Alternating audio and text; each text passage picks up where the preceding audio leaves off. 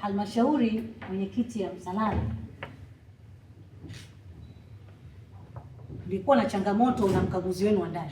Nimekuwa navuta nikuvute, mkaguzi wa ndani akija anafungiwa mlango asiingie ofisini. Mkaguzi wa ndani akija vitasa vinavunjwa.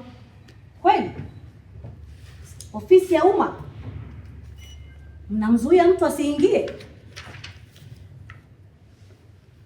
Hata mimi mkuu wa mkoa kwenye ofisi yangu siwezi kuzuia mtumishi yote kuingia kwenye jengo, kwa sababu sio ofisi yangu binafsi, sio nyumba yangu binafsi, ni ofisi ya serikali. Lakini Msalala, mwenyekiti, mmekuwa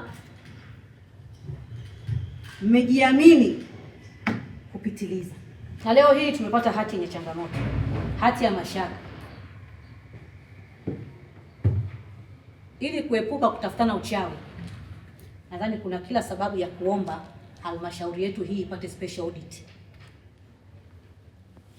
Naomba ofisi ya CAG halmashauri yetu ya Msalala iletewe special audit ambayo itakuja kuangalia yanayoendelea kwenye halmashauri yetu hii, special audit ambayo itakuwa na jicho la kiukaguzi la ufuatiliaji wa changamoto za udhibiti na matumizi ya fedha kwenye halmashauri yetu hii ya Msalala.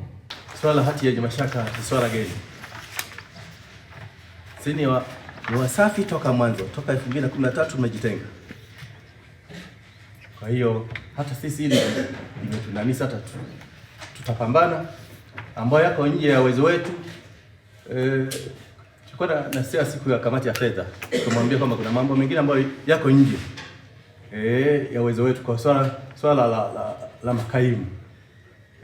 Mkuu wa mkoa aliko nje